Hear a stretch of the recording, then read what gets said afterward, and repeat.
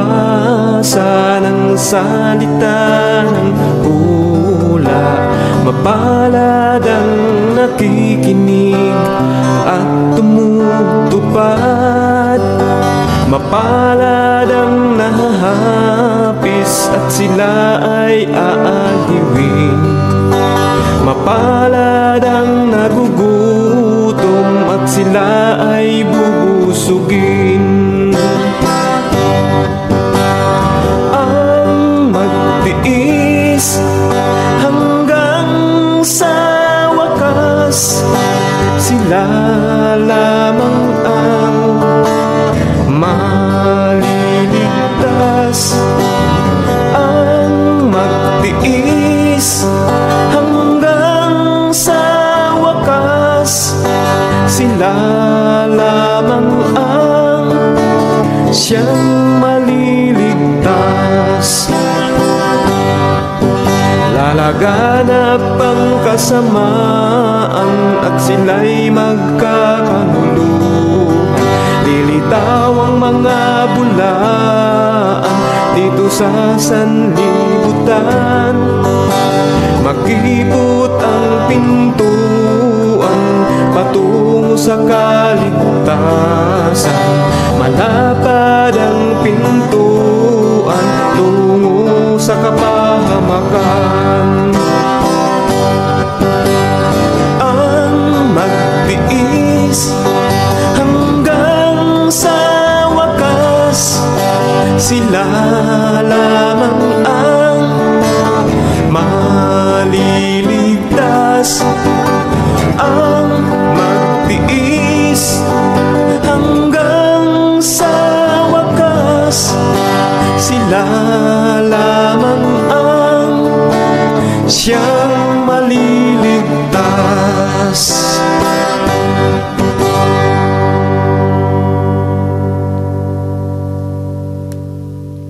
Ayan, magandang gabi po sa ating lahat, mga ka-Hindi. Ayan, ang pagbabalik muli ng ating sagupaan. Joke, joke lang po. Okay, so again, may live debate na naman po tayo, friendly debate. Ayan, so share nung ating live, mga kapatid. At nakikita nyo naman po yung ating dalawang suki na naririto ngayon. Ayan, kilala-kilala nyo na po sila. Pero bagamat, syempre, yung mga bagong pasok sa live at yung mga nagsisin po sa atin sa live, mamaya po, papakilala din po sila. Okay, so yan. Ang kanila pong topic na pag-uusapan sa gabing ito ay patutunayan po ng ating kapatid na si Brother Mark na ang tamang sabat ay ang sa mga born again at hindi po sa mga SDA. Ayun po yung kanyang titindigan sa debating ito. So again, pa-share po ng ating live, mga kapatid. At bago po tayo magsimula, kahit po lagi nyo silang nakikita to, magpapakilala pa rin po sila. Okay? So simulan po natin sa ating affirmative na si Brother Mark Umbao. Okay, pakilala ka, kapatid. At syempre, ano yung inaasahan at titindigan mo sa debate na ito. Ayan. Share po ng live. Napagpalang gabi sa lahat ng manonood at makapanood ng video ito. Ako po si Mark Umbao sa panig ng One is Born Again. Aking titindigan, aking patutunayan na ang tamang sabat ay yung ginaganap ng One is Born Again. Nawa ito ay maging ma-enlighten po tayo kung ano po yung talagang katotohanan na nakasaad sa Holy Scripture. Hila po, maraming salamat. Ayan, maraming salamat sa iyo, kapatid na Bro Mark. Siyempre, yung ating isa pang suki natin dito sa ating platform. Okay, Brother Denmar, pakilala ka. Siyempre, ano yung inaasahan at gigibain mo sa gabing ito. Ayan, sige po. Sa mapagpalang gabi po sa ating lahat, mga kapatid, mga kaibigan, binabati natin ang mga taga-3A Media at ang ABIM, and lalo-lalo na siyempre doon sa ating bagong tatag na 3A Media Luzon Chapter. Yan. So, kayo pagpalain ng Panginoon sa gagawin natin pag-aaral na ito. Ito ay usapang magkaibigan lamang.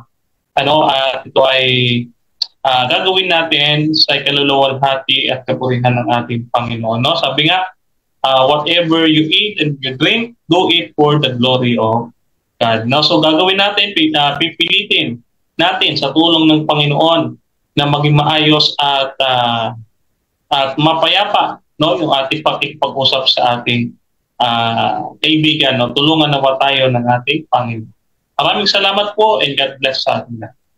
Amen. Maraming salamat sa iyo, kapatid na Denmar. Ayan, so shout out tayo sa ating mga kapatid na nasa live po ngayon. Ayan, bago natin simulan, si Brother Melchor David Manalili is watching. Ayan, magandang gabi sa iyo, Bro Mel. Si Brother Jomel, si Libby Isdesa from Dumaguete City, Negros Oriental. Magandang gabi po sa inyo. Bro Mel, antay ka lang at medyo naantala yung kaila Sanrio. Ayan. So, hintayin nyo si Brother Alfie. Okay po, so pa-share po ng ating live mga kapatid para mas marami pa po na may marating itong debate na ito. Again, ang kanila pong pag-uusapan sa gabing ito ay patutunayan po ng ating syempre affirmative na ang tamang sabat ay ang sa mga born again at hindi po sa mga SDA. So, yun po yung kanilang tema sa gabi na ito at ang ating affirmative ay si Brother Mark Umbao at ang negative po natin ay si Brother Denmar Santiago. Ayan, magandang gabi po sa inyo dyan sa atin sa live. Ayan, pa-share po ng ating live mga kapatid. At syempre, simulan na po natin. At bago natin simulan itong debate na ito, syempre, babasahin po natin yung ating magiging rules sa gabi na ito. Yung ating pong debate rules at ito po yung ating magsisilbing guide sa atin dito sa pag-uusap na ito. Okay? So, basahin ko na po. So, rules number 1, ang lahat po ng sagot ay kailangan sagutin po ng 20 seconds maximum. At kung titigil ang sumasagot ng at least 3 seconds, ayan, kapag ka nagtatanong or sumasagot at tumigil, so automatic, yun na ina-assume namin na yun ay tapos na yung kanyang pagsagot. So, mag-next question na po.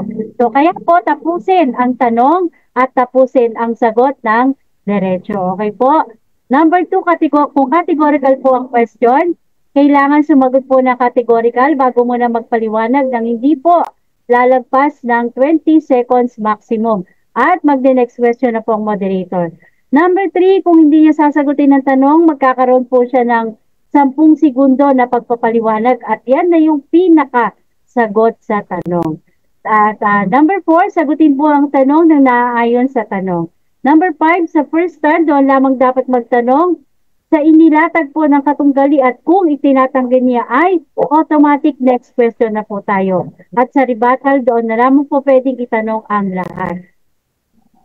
Number 6, ang debater po na makatatanggap ng 2 warning mula po sa moderator ay may kaukulang disiplina po at babawasan po ng 1 minuto yung kanyang oras ng pagtatanong at idaragdag naman ang 1 minuto kung ang tinatanong naman po yung paglalapatan.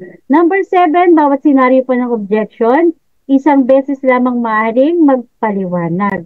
1 objection lamang po at kung maaari ay wag po sundan ng sunod-sunod na objection. At during final conclusion, wala po tayong objection. Okay? So, number 8, ayan. Hindi po pinapahintulutan dito ang mga physical na atake at mga pagmumura na nakasanayan. Ayan. Alam niyo po, napakahigpit na natin dito dahil muli, sinasabi ko po sa inyo, sa lahat po ng ating mga debaters na nagsasagawa po ng pag-uusap dito, meron po tayong mga kabataan na nanonood at kaya pinaiiwasan po natin yung mga unnecessary words. At yun ay hindi naman kinakailangan para sa pagpapaliwanag po ng ating pananampalataya. At number 9, no challenge question. Mga tanong kung paano kung mabasa ko at paano kung mabasa ko ay hindi po pinapayagan sa debating ito. At number 10, ito lamang po ang patakaran bilang, ito lamang po ang iiral na patakaran bilang pagsasayos po ng debating ito. Okay, so ang ating pong time, syempre yung ating nakagawian, 10-7, 10-7, and 5 minutes during final conclusion. Okay? Agree ba uli dito yung ating debaters? Yes po. Agree po. Ayan, thank you. Maraming salamat. At syempre, mukhang ready na po yung ating affirmative. Ayan. So, 10 minuto para sa kanyang unang tindigan. So, siya po yung ating affirmative po dito, si Brother Mark Ombao. Pa-share po ng ating live, mga kapatid, pa-share po, okay? Ay, wait lang po. Okay, so kung ready na, Bro Mark, 10 minutes. Ready Okay. na po? Okay na? Okay, ready na po. Okay, time start now. Okay, start na po ako. Mapagpalang gabi. Patutunayan ko po ang ang sabat ng One is Born Again, ang tamang sabat, dahil ang One is Born Again ay ipinanganak sa espiritu. Kailangan natin ipanganak sa espiritu para mailipat tayo mula sa unang tipan natin, yung sa ilalim ng kautusan, mailipat tayo sa ilalim ng biyaya. Kailangan natin maging kabahagi sa kamatayan ni Yahushua, kung paano siyang binuhay ay kasama rin tayong mabuhay, at mailipat tayo sa ilalim ng biyaya. Ano ang connection nito sa sabat? Si Yahushua ang katuparan ng sabat, ng kautusan. Kaya hindi na ang sabat ng mga SDA isang anino lamang ng sabat na matatagpuan natin, masusumpungan natin kay Yahushua. Okay?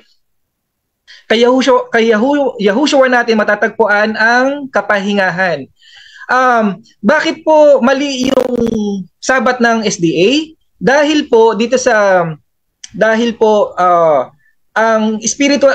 ang sabat ng SDA ay more on nakatuon sa physical na pagpapahinga. Okay?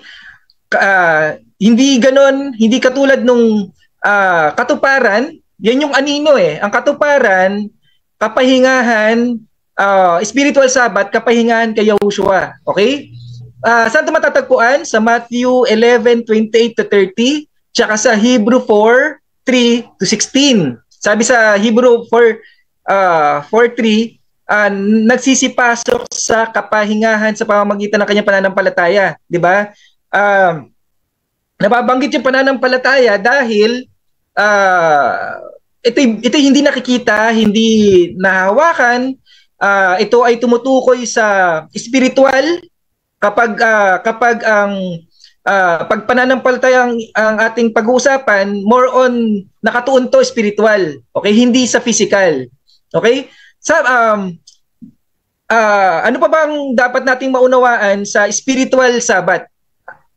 Although yung spiritual at physical sabat hindi mababasa verbatim, ipauna ko na yung spiritual sabat at spiritual sabat hindi verbatim, hindi natin mababasa. Pero bakit natin nalalaman physical at spiritual? Kasi yung physical para sa SDA, pinapahinga nila yung physical nilang katawan. Sa spiritual, ang pinapahinga natin yung ating espiritu.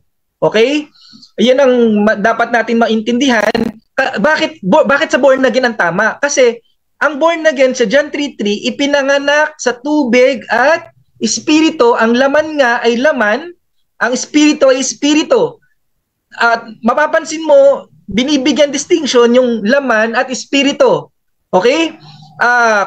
Kung tayo ay nanatili sa laman,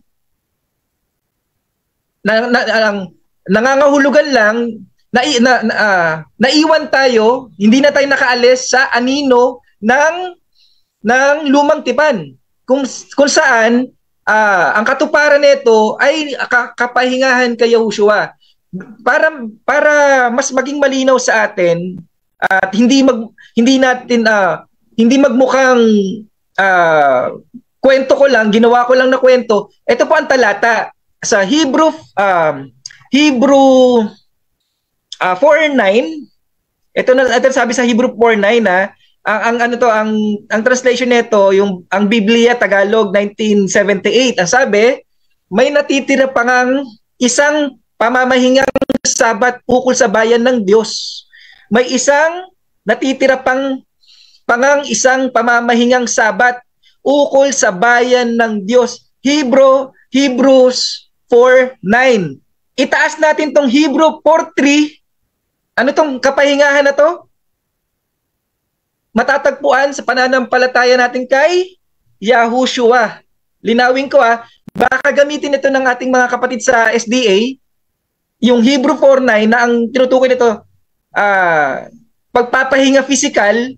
Okay, maling-mali iyon dahil itaas mo yan sa 4:3, pamamahinga yan kay Yahushua, pananampalataya kay Yahushua, hindi pamamahinga ng physical na katawan natin. Kung makikita natin ang konteksto ng Hebrew 4:9, pamamahinga to ng ating espiritu sa pamamagitan ng pamamahinga sa condemnation. Ano ba yung condemnation? Inuusig, sinasabihan tayong makasalanan ka, nagkasala ka uli, nagkasala ka uli, nagkasala ka uli. Na kung saan sa Romans 8:33, ang Diyos ang umaring banal sa atin, kaya malaya na tayo, pinagpahinga na tayo sa condemnation, wala na tayo sa condemnation. Okay, nilinaw pa ito ng Hebrew 10:9. Sabi sa Hebrew 10:9, saka sinabi niya, narito ako'y pumarito upang gawin ang inyong kalooban. Inalis niya ang una. Ano yung una? 'Di ba? Ito yung sabat sa pisikal upang maitatag ang ikalawa. Ano yung ikalawa? Yung Hebrew 4:3. Isang libro lang 'yan, no? Kukunin natin ang konteksto ng talata. Isang libro lang 'yan. Si Pablo ang nagsasabi nito na inalis na yung una. Ano ba yung mga sabat na 'yon? Okay? Mamaya inaasahan ko itong marinig na ceremonial lang to. Ceremonial lang to. Mamaya hanapan ko silang talata na talagang yan ay mapapatunayan nilang ang tinutukoy dito sa mga nababanggit ko ay ceremonial lamang. Pero malinaw na itong Hebrew ang binibigyan din dito yung kapahingahan natin sa piling ng ating Panginoon. Spiritual Sabbath, hindi ito pinagpapahinga tayo, wag tayo magtrabaho. Okay? Hindi ganito ang meaning nito, mga kapatid. Kasi malinaw, inalis yung una. Okay? Maganda nga sa sa Colossians 2 16. Maganda nga yan sa Colossians 2:16 hanggang 17, sabi okay, wait. Okay. Yun. Ayan sabi dito, sino man nga ay huwag humatol sa inyo tungkol sa pagkain, sa pag-inom, tungkol sa kapistahan, bagong buwan, araw ng Sabat. Ang linaw sa Colossians 2:16 hanggang 17 na isang anino. Yung araw ng Sabat, patunayan ni Brother Delmar na yung araw ng Sabat ay hindi araw ng Sabado, hindi Sabat ng SDA. Siguro yun ang ibibigay ko assignment kay Brother Delmar, patunayan niya araw ng Sabat ay hindi araw ng Sabado at hindi Sabat ng SDA. Sabi dito na isang anino ng mga bagay na nagsisidating, ngunit ang katawan ay kay Kristo. Malinaw na inalis yung una. Di ba? Inalis yung una upang maitatag ang ikalawa. Ano yung ikalawang kapahingahan? Hebrew 4:3. Matthew 11:28-30, sino man na nagsisilapit kay Yahushua ay makakasumpong ng kapahingahan. Ito ang totoong Sabat. At ito pa matindi dito. Sa Hebrew, ito pang nagpatibay pa dito. Sa Hebrew 4:7, sabi kaya muling nagtakda ang Diyos ng isa pang araw na tinatawag niyang ngayon, hindi Saturday. Okay? Sa Hebrew 4:7, kaya't muling nagtakda ang Diyos ng isang pang araw na tinawag niyang ngayon. Hindi po Sabado, ha? Okay? Bakit? Fulfillment yan Kaya mapapansin natin, mga kapatid natin sa SDA, mapapansin nyo po, sa lahat ng kautusan, Sabat ang Sabat ang kinontra ni Yahushua.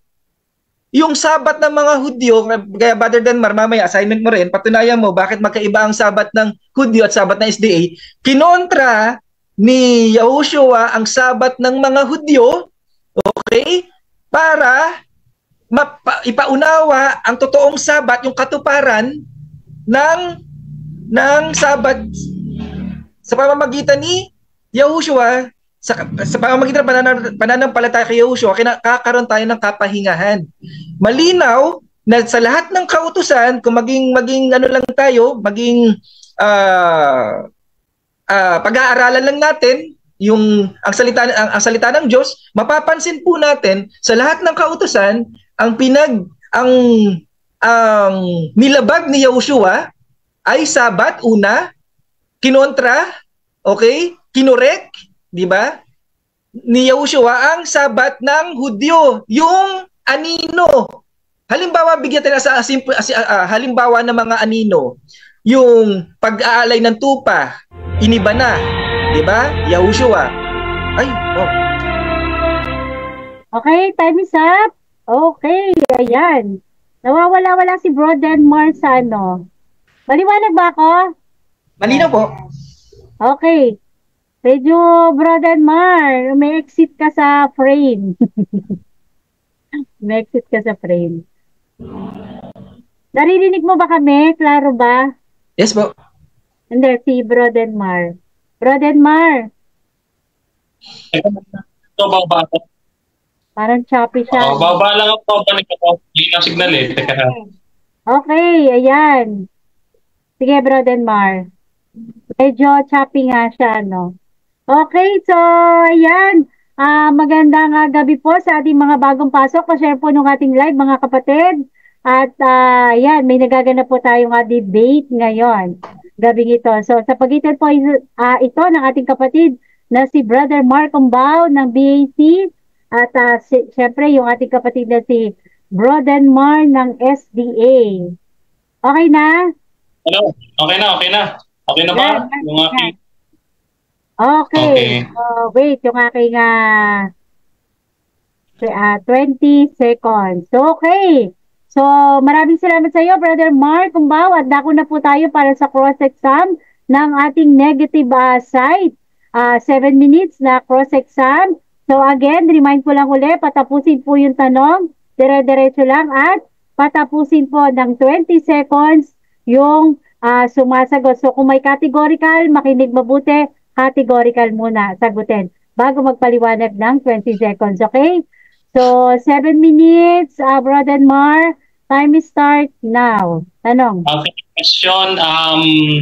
Ginamit mo yung Colossus 2:17, sabi mo, ang Sabat ay anino lamang. Kapag ba ikaw tumapat ka sa liwanag at may nakita mo yung anino mo, sa madaling salita ba, nawala ka ba nung nakita mo yung anino mo? Yes or no? Hindi po nawawala ang anino. Kaya nga, tagapagturo natin yan eh. Oo. Hindi nawawala, pero hindi pwede tayo manatili sa anino. Kundi, dapat tayong mag-move on dun sa katuparan. Okay? Kaya, importante na lahat nung after mamatay si Yahushua, tinapos lahat yung anino. Okay? Ay, next question. Ganapin natin yung katuparan. Kapag ka inaaninuhan, kung may anino, mayroon ba o umiiral pa rin yung inaaninuhan ng anino? Yes or no? Hindi na po. Tinapos na yan sa Cross of Calvary. Tinapos na sa Cross of Calvary. Nananatili ang anino para maging tagapagturo, okay? Para maunawaan natin na hindi tayo makakaganap ng anino na yan, walang masasakdal diyan, walang aariing banal diyan. Kaya doon tayo sa katuparan. Hinahatid tayo sa katuparan. Okay. Halimbawa ikaw, nandiyan ka sa kinaupuan mo at nakita mo yung anino mo. Okay. Nung nakita mo yung anino mo, ibig bang sabihin na wala ka na or nandiyan ka pa rin sa kinaupuan mo? Hindi pa, nandiyan pa rin yung anino, okay? Andiyan pa rin yung anino. Linawin ko, ang anino tagapagturo para ipaunawa sa mga SDA na hindi nyo matutupad yung anino na yan, kaya hahanap tayo ng tagapagligtas. Tagapagturo natin yan eh. Maunawaan nyo na hindi kayo makakaabot sa magiging banal dyan, aaring banal dyan, may kailangan nyo ng tagapagligtas, kaya doon na tayo sa tagapagligtas o sa kaganapan. Sa madaling salita, hindi nawala yung anino, yes or no? Yes na yes. Kasi nga po, pinaparealize palagi sa mga SDA na hindi nyo kayang matupad yan. Hindi mawawala ang kautusan. Kasi yan ang magpapaalala sa atin na kailangan natin ng tagapagligtas. Ulitin ko ihahatid tayo kay Kristo ng tagapagturo na yan.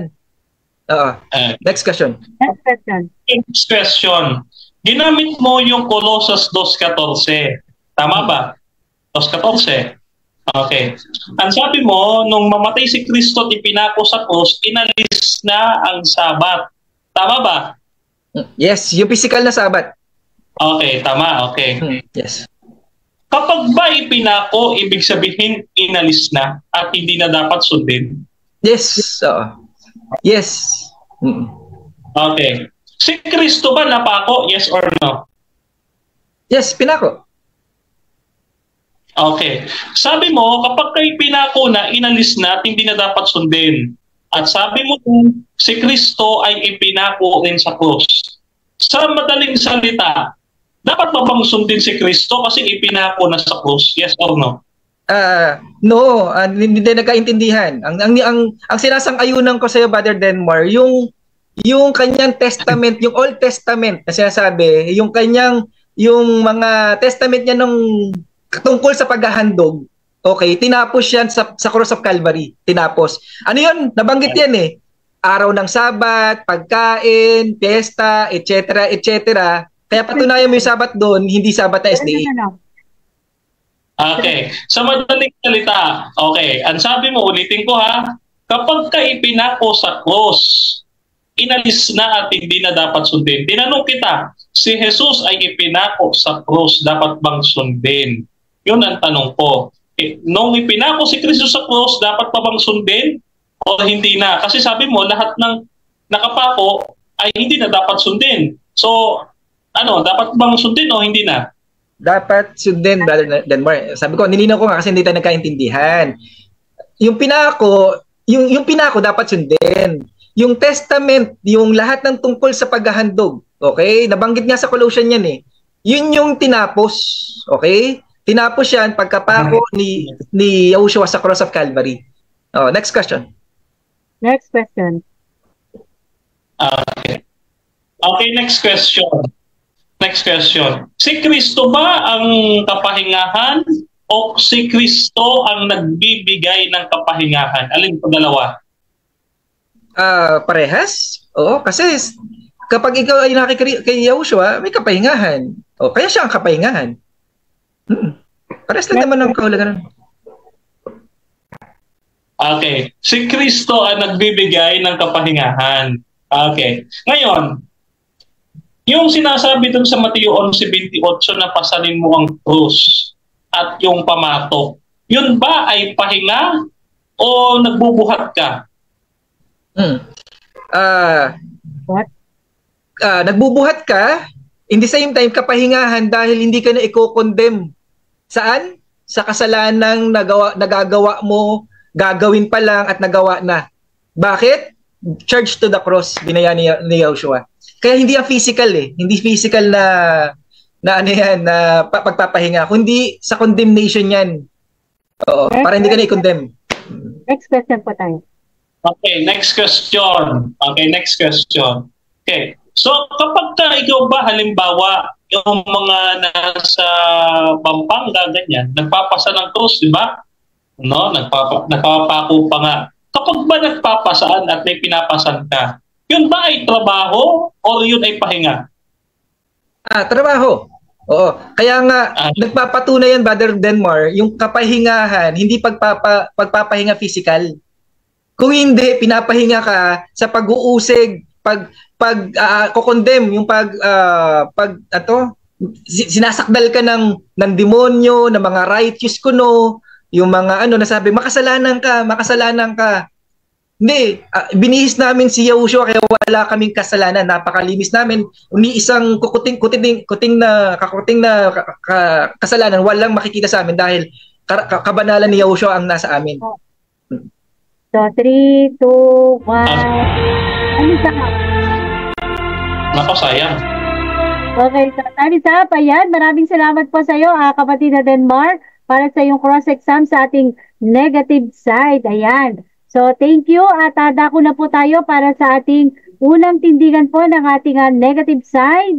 Brother Denmar ng SDA. So, 10 minutes. Okay na, Brother Mar? Ready na? Okay. Okay, 10 minutes, time start now. Okay, pinupuri at niluluwalhati natin ng Panginoon ang lahat ng parangal ay binabalik natin sa may kapal na makapangyarihan sa lahat at may lalag ng ating mga buhay.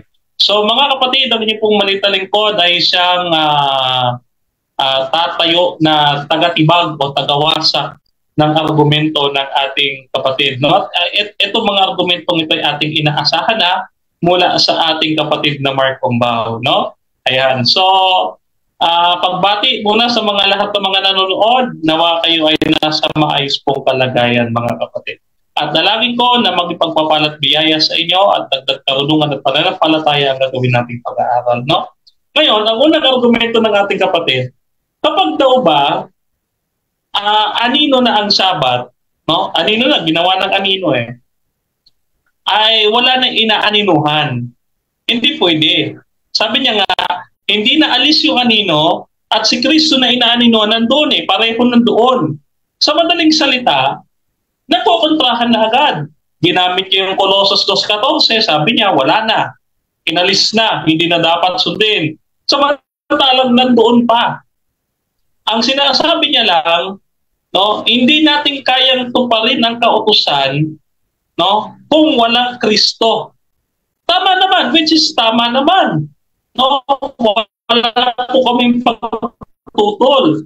Kaya ang aming tindigan sa kaligtasan ay we are saved, no, by grace through faith in Jesus Christ, no, sa pamamagitan at tulong ni Kristo. No, kaya kung mabasahin ninyo yung Philippians chapter 2 verse 12, work out your own salvation. May gagawin ng tao, and somehow sa verse 13, ang Diyos ang gumagawa sa iyo. So sa madaling salita, mayroong cooperation ng tao, no? May cooperation ng tao at ang Diyos, no? Sa aming 28 fundamental beliefs, ang salvation, justification, sanctification, grace, faith, yung repentance, lahat po yan sa Diyos. No, wala pong part ang tao diyan. Ang part lamang ng tao is yung kanyang free will, kung papayag siya na maligtas ng ating Panginoon. No? So yan po ang nasa fundamental beliefs namin. No? Yung libro naming Seventh-day Adventist Belief. No? Ayan. So mamaya, kung may panahon, kakalkalin natin yung ating documents dyan sa cellphone at ipoposte natin dito. No? So, ngayon, kung hanapin lang naman yan Okay. So, nandyan yung inaninuhan at saka yung anino. Pareho Okay? Pareho. So, ang problema niya lang, hindi daw magagawa, no, yung pangingili ng Sabat dahil kailangan magbubuo na daw tayo sa inaaninuhan. Mali Bakit? Samantalang mayroon ng inaaninuhan, nandun pa rin yung anino. Sabi niya, no, hindi naman daw nawala yung anino. Kaya anong nangyari? Ang ginawa ng mga tunay na Kristiyano, ganito po ang ginawa ng tunay na Kristiyano, no? Kaya nga po sila, hindi sila tunay na born again Kasi ito ang ginawa ng tunay na born again, mga kapatid. No? Ito, basahin natin. Ito po sa Lucas 23, no? Talatay 56. Ganito ang sabi mga kapatid. Lucas 23, 54 hanggang 56, no? At noong araw ng paghahanda at nalalapit na ang Sabado, at ang mga babae ay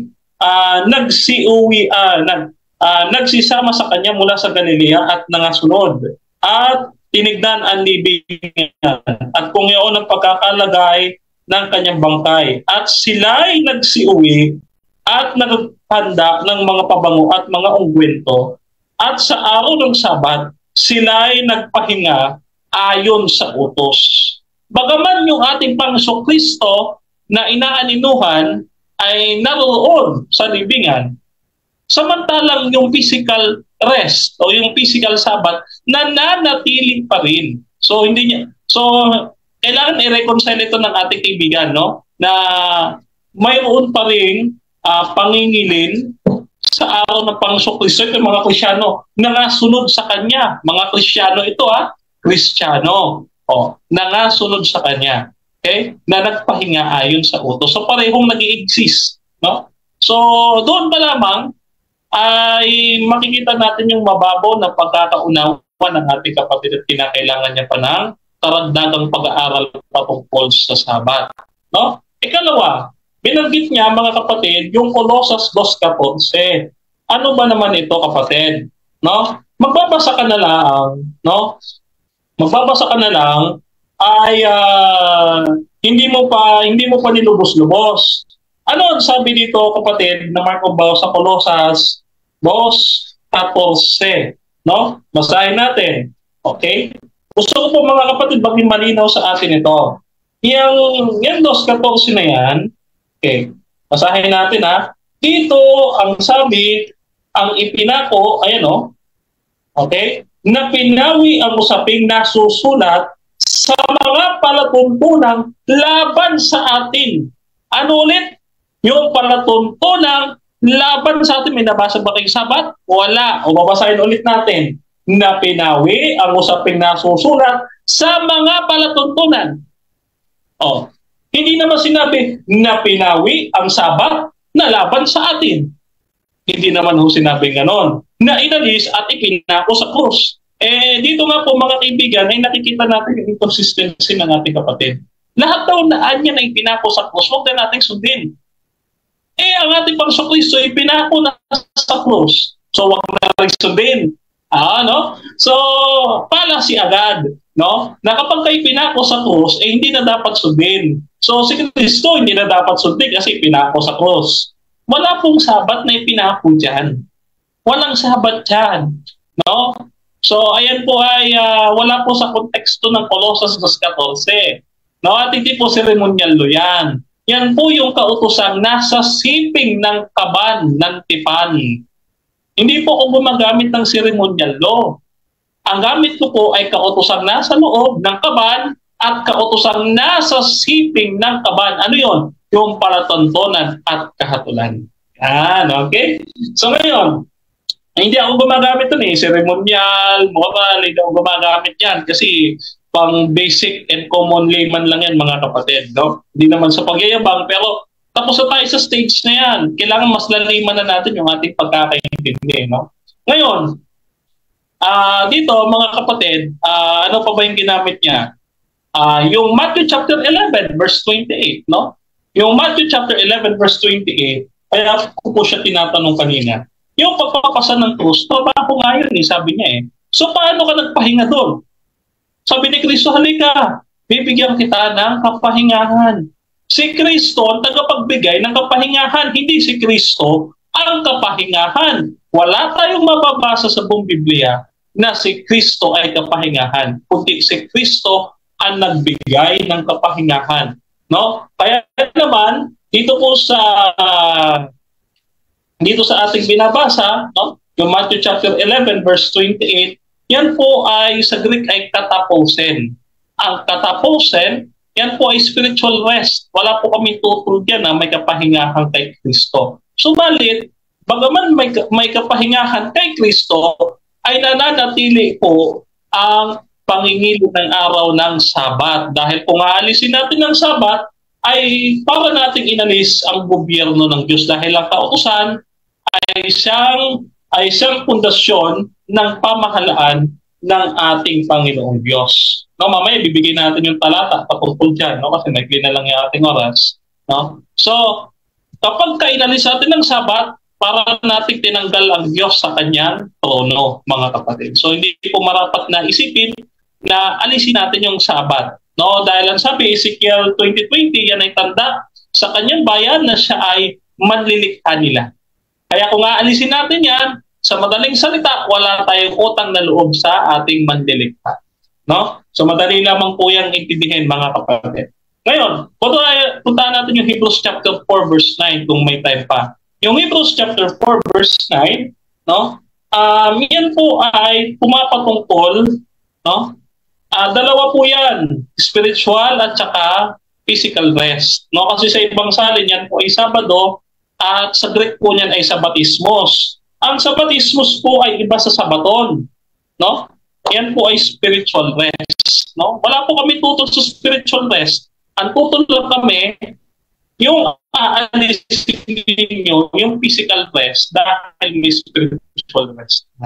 Ganun po ang aming sinasabi. No? So, sa gayong salita, mga kapatid, lamang tayo. No?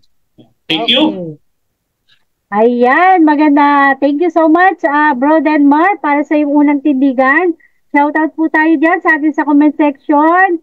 Ayan, pa-share po si yung pong isang masugid na taga-subaybay ni Bro Denmar. Ayan, si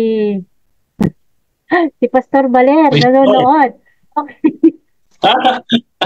Praise God, praise God. Pastor Baler, ayan. Okay, so thank you so much. At dako na tayo sa unang pagtatanong po para sa ating negative side, sa kanyang tindigan. Bro Mark, nakamute ka po, nakamute ka. Nakamute ka. Okay po. Ayan. Okay, so ready na? 7 minutes? Yes po. Brother Mar, okay na? 7 minutes? Okay, so time start now. Tanong. Okay. Unang tanong ko, Brother Denmar, pinapangilin nyo ba ang mga araw? Pinapangilin nyo po ba ang mga araw? Oo, hindi? Hindi. Hindi. Hindi.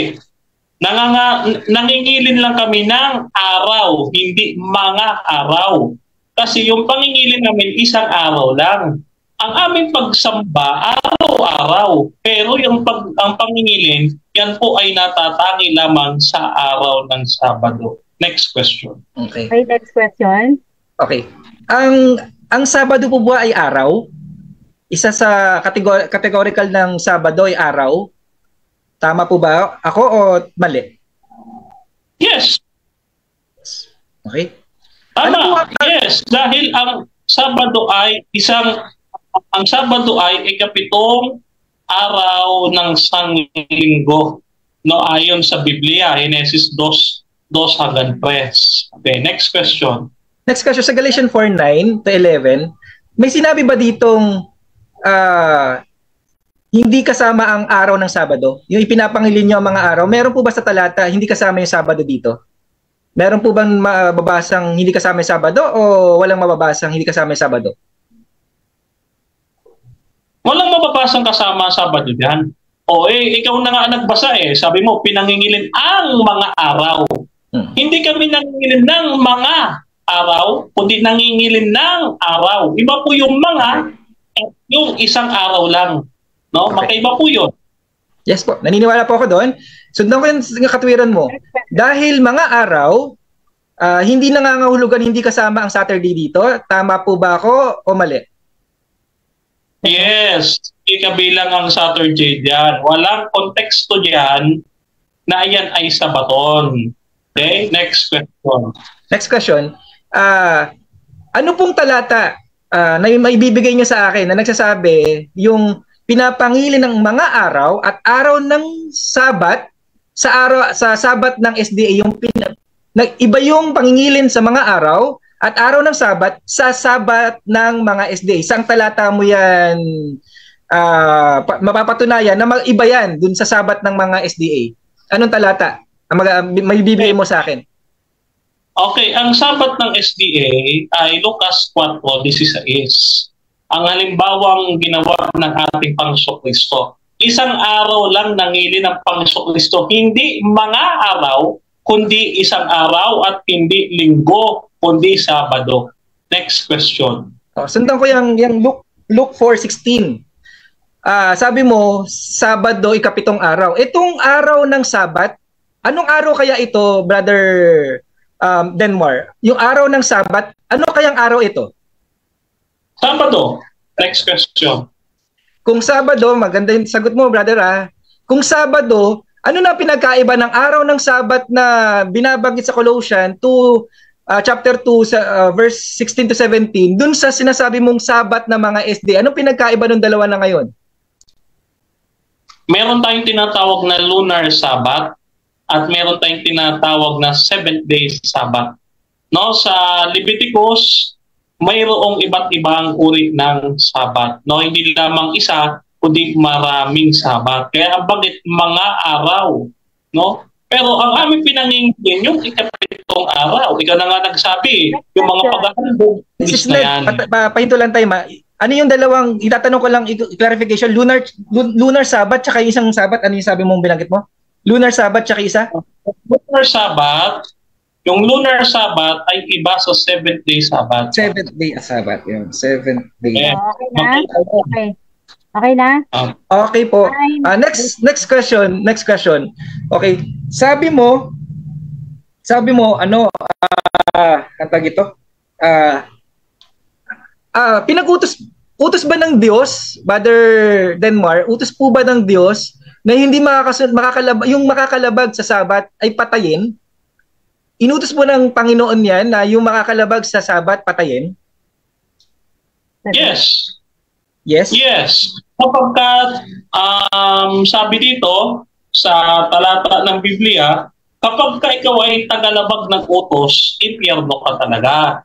No, Santiago 2:10, no? Sinusunod mo ang lahat pero natisod ka sa isa, yan ay kasalanan. At ang kabayaran ng kasalanan ay kamatayan. Kaya next question. Next question. Sundan ko muna to, no?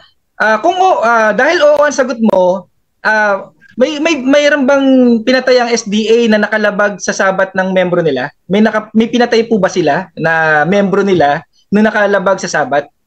Meron o wala? Wala. Dahil kami ay mga sumusunod sa utos ng Diyos. Revelation 12:17. Mga banal kami na sumusunod ng utos ng Diyos. Ang pumapatay lang Katoliko. Next question. Ibig mo sabihin, Brother Nelmar, kung may mahuli kayong SDA na nakalabag sa Sabat, dapat bang patayin? Oo o hindi? Oo o hindi? Hindi. Dahil walang lumalabag na SDA. Kung mayroong lumalabag na SDA, magbigay ka ng pangalan. Kasi yan ay ako sa... Objection, Miss Moderator. Okay, type yes, an objection. Malinaw yung tanong ko, kung makalabag sa Sabat, papatayin ba to? Hindi papatayin. Hindi ko sasabing lahat sila masunurin. Hindi na yun sinagot yung tanong ko eh. Kung makalabag, ipagpalagay natin nakalabag. Sis, nililinaw ko lang. Ipagpalagay natin nakalabag sa Sabat, yung isa sa membro nila. Papatayin ba ng mga SDA yan o hindi yan papatayin dahil utos yan ng Diyos eh. Kaya gusto ko ng malinaw na sagot doon. Okay, so may counter objection? May counter? Counter objection. Sumunod ako categorical. Ang sabi ko, hindi. Kaya pakinggan niyo yung paliwanag ko. Sige. Okay, sige. Okay, so i-rephrase ba or itatanong mo ba uli, bro Mark? Sige, next question na lang. Hindi. Next question. Okay, sige. Okay. Time. Meron ka bang 1 minute and 27 seconds? Okay. So, time resume. Tanong. Kung hindi, Brother Denmark, kung hindi papatayin, hindi nyo sinunod ang utos ng Diyos na pag nakalabag, pinagpapalagay na nakalabag na, hindi nyo papatayin pa rin dahil hindi nyo susundin yung utos ng Diyos na patayin ang sino mang lumalabag sa Sabat. Ganun po ba o hindi ganun? Ay, hindi ganun. Sinusunod nga namin eh. Kasi nga, ito Bro Marky, yung sinasabi mong nakalabag, what if nakalabag, what if eh? Hindi ka sigurado kung may nakalabag. Kaya nga sabi ko, magbigay ka ng pangalan ng sabalista na lumalabag para papatayin namin. Eh wala pa naman.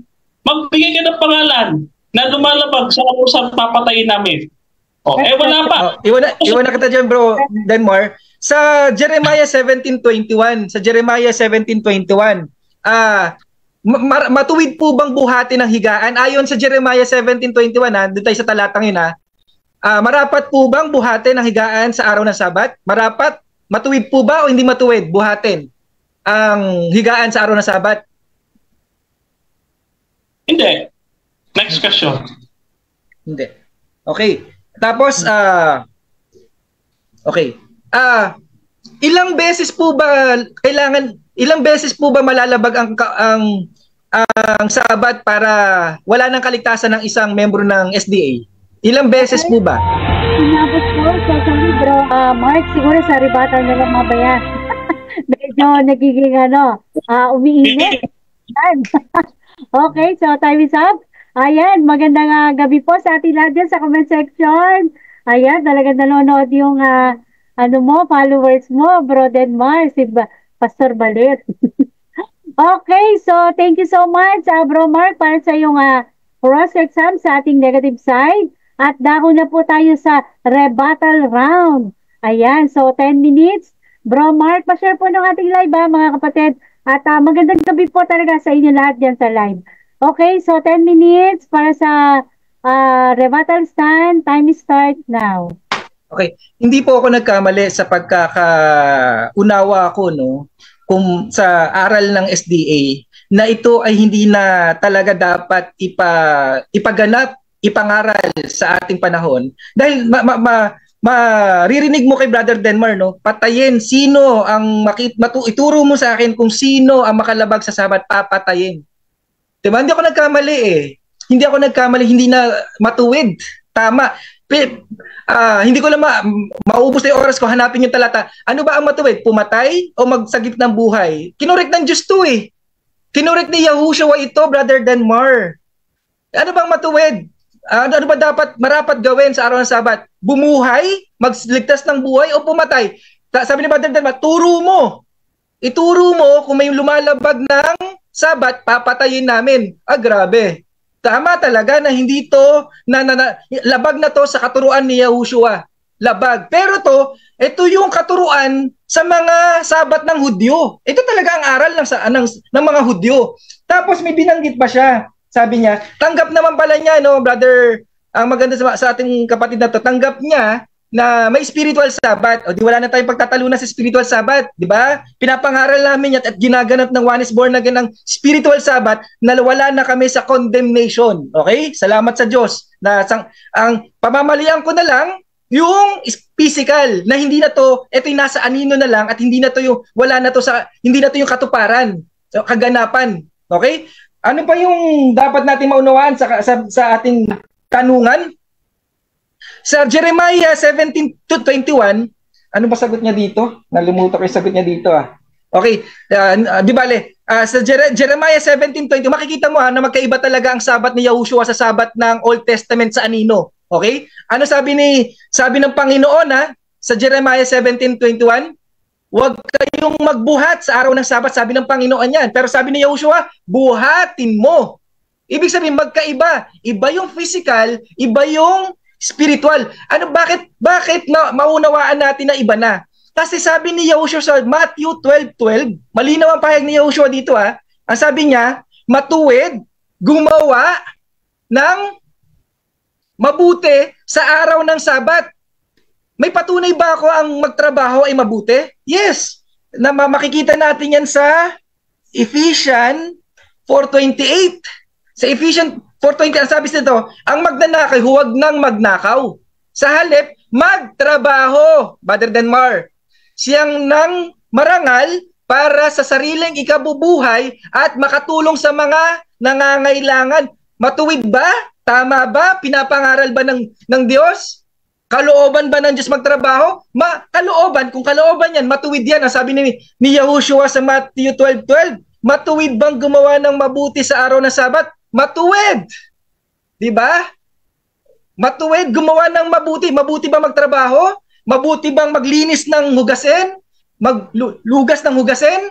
Mabuti ba ang maging responsable sa pamilya? Mabuti. Kaya kinokorek Tandaan po natin mga kapatid natin sa SDA, tandaan po natin to, walang mababasa na inusig o papatayin si Yahushua at saka ang mga alagad dahil sa pagsunod. Papatayin sila at inuusig sila dahil sa paglabag. Kasi pinapaunawa na ng Panginoon ng Sabat na matuwid gumawa ng mabuti. Mabuting gumawa, mabuting magtrabaho. Ang hindi magtrabaho, huwag pakainin. Ang konteksto, magtrabaho.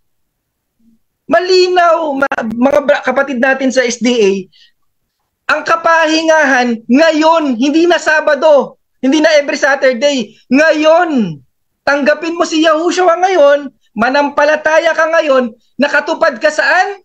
Sa Sabat, sa kaganapan, hindi doon sa anino. Bakit nasa anino ito? Bakit nasa anino to? Kasi nga linaw tinanong ko nga sa kanya, ano yung talata na nagsasabi yung araw ng Sabat? Tinanong ko pala sa kanya para maging ano muna ako Ano yung araw ng Sabat? Sabado. O ano nang pinagkaiba nung sa Colossians 2, 16 to 17 na araw ng Sabat sa Sabat ng SDA, ikapitong araw pala yun. Wala nang pinagkaiba. Ito pa matindi dito. Ang ano doon, yung Sabat ng SDA, sabi, anino na lang eh. 'Di ba? Sabi, inalis na yung una, pinalitan ng ikalawa. Tapos okay. Ngayon, sinabi pa niya, okay? Nawala. Okay. Dapat natin maunawaan mga kapatid na ang Sabat ng SDA hindi nila mapapatunayan. Ito yung gusto kong sabihin pala, duktong ko doon sa araw ng Sabat, pinapangili ng mga araw na ito ay anino dahil ang katwiran ni Brother Denmar, nangingilin pa ang apostol tsaka si Yahushua. Hindi yata alam ni Brother Denmar, ipinanganak si Yahushua sa ilalim ng kautusan. Nalimutan ko lang itanong at kinulang lang yung oras ko, yung ceremonial law po ba ay hindi ba lahat ba ng ceremonial law ay ginaganap pa sa panahon ni Yahushua? Yes eh. 'Di ba? Lahat yung ceremonial, kung yang ang tinutukoy lang ni Brother Denmar yung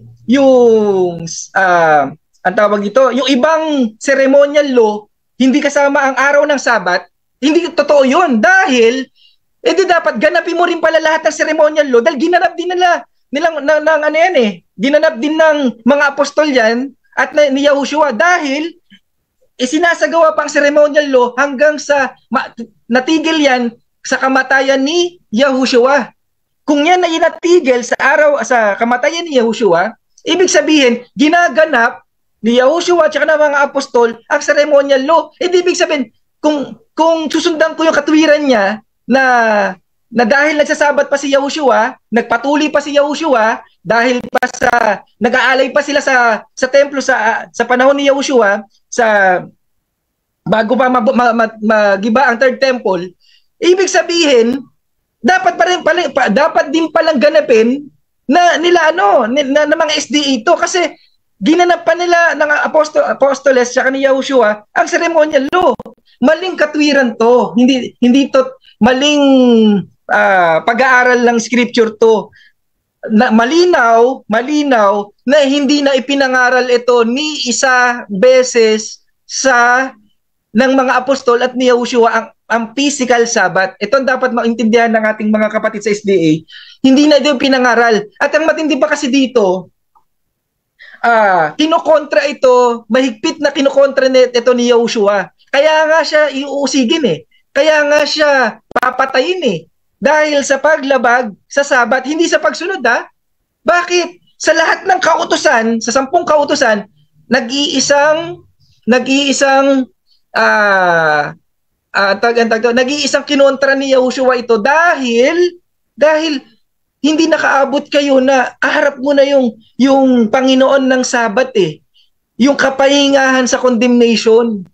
Dahil sabi ko nga, ano ba ang matuwid? Pumatay o magsagip ng buhay? 'Di ba? Ano ba ang purpose ng Sabat? Kapahingahan sa paggawa ng kabutihan na para bang pag ikaw ay nagkamali, ikokondem ka, isasakdal ka, makasalanan ka na naman. Yun ang hindi naiintindihan nila. Yun ang totoong Sabat na hindi ka na sino pang magsasabi sa'yo makasalanan ka. Kahit ang demonyo, kahit sino, hindi ka pwedeng sabihan makasalanan ka. Kahit nagkakasala ka pa, bakit?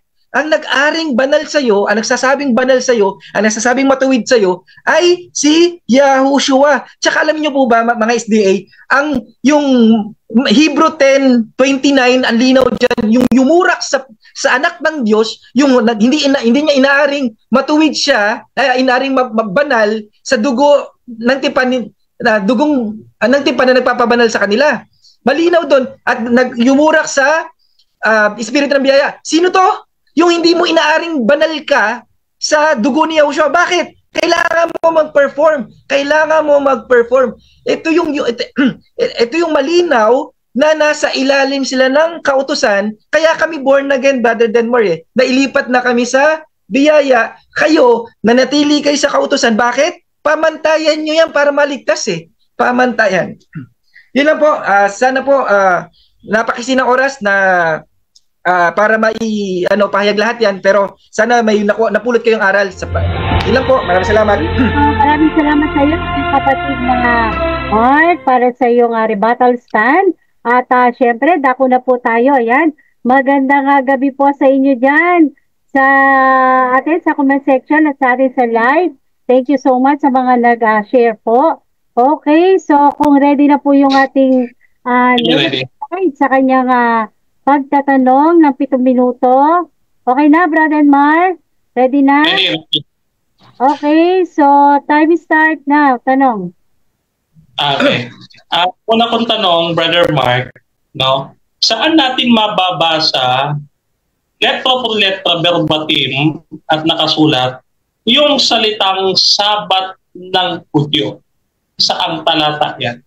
Ay, wala po. Wala po kung alam, baka meron, maring wala, hindi ko po sigurado, pero ang ginagarantiya ko, Brother Denmar, Sabat ng Hudyo dahil para magkaroon ng distinction lang na iba yung Sabat ni Yahushua. Okay? Gusto ko lang magkaroon ng distinction kung yan ay Next question. Okay, next question. Sa madaling salita, dahil wala kang maipakitang talata sa amin sa Biblia na mababasa, ito ay opinion mo lang kasi wala kang mababasa Tama o mali? Mali. Okay. Yung tawag, yung term, walang mababasa. Pero yung aral ng Sabat na ginaganap ng mga Hudyo, okay, ginawan ko siya ng katawagan, pero yung mensahe, yung sustansya, ay malinaw sa scripture. Na kung saan, pagka nagkamali sa Sabat, papatayin, bawal magbuhat, bawal mag-prepare ng pagkain.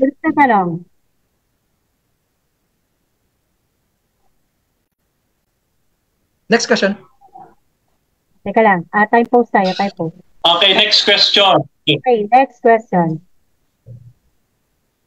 Okay, ito next question. No?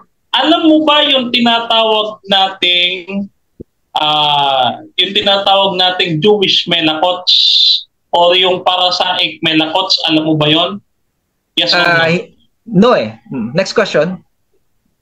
Okay, next question. Dahil hindi mo alam yan, okay. So, saan naman mababasa na si Kristo ay nagkasala dahil nagpagaling siya sa araw ng Sabat at pinatayo niya at pinagbuhat niya pa ng higaan yung isang tao sa araw ng Sabat? Saan natin mababasa nagkasala siya doon? Okay.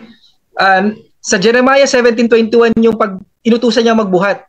Bawal yan sa Jeremiah 17:21. Pinagbabawal ng Panginoon yan Panginoon, hindi si Moises. Panginoon ang nagbabawal magbuhat. Ngayon, yung pagpapagaling, yan ay gawa. Kaya hindi nagkamali yung nagpapatupad ng kautusan na gumawa siya sa araw ng Sabat. Next question. Okay, next question.